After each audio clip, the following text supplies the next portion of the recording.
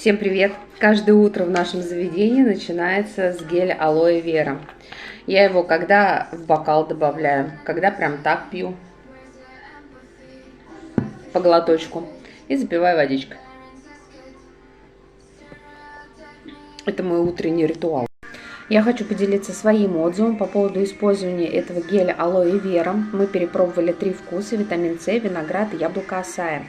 А яблоко асаи это все-таки на первом месте у нас, его любит и я, и мой сын. Можно еще виноград, но он чуть-чуть послаще. Дело в том, что с недавнего времени у нас периодически проявляется аллергический ринит, у нас сразу забивается нос, начинается чох, покраснение, чесоточность глаз. Мы сидим на супрастинексе, на супрастине, на лортадине, то есть с педиатром общался, он говорит, ну вот так вот. Вот такое бывает. Смотрите за тем, что ест у вас ребенок.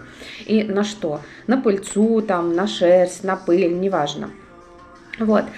После того, как я познакомилась с этим продуктом, я начала его изучать, я пересмотрела много видеороликов по поводу алоэ вера, я прочитала отзывы, которые периодически оставляют девчонки в нашем командном чате и в чате с отзывами.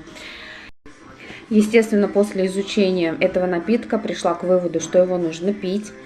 Я сама пью его по столовой ложке утром натощак. Ребенку в случае аллергии, естественно, даю на ночь по столовой ложке, размешиваем водички, и он пьет. У нас был период, когда у нас аллергический ринит начал обостряться.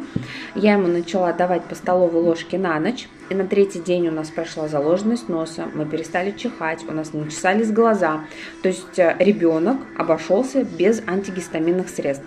И еще один момент, это когда в школе начинают болеть детки. Был период, когда много детишек уходило на больничный, некоторые классы закрывали на карантин, отправляли на дистанционное обучение. И даже в нашем классе было чуть больше половины, так скажем, чуть меньше половины ушло, и думали, что детишки, если еще кто-то заболеет, то, естественно, и наш класс отправят на карантин.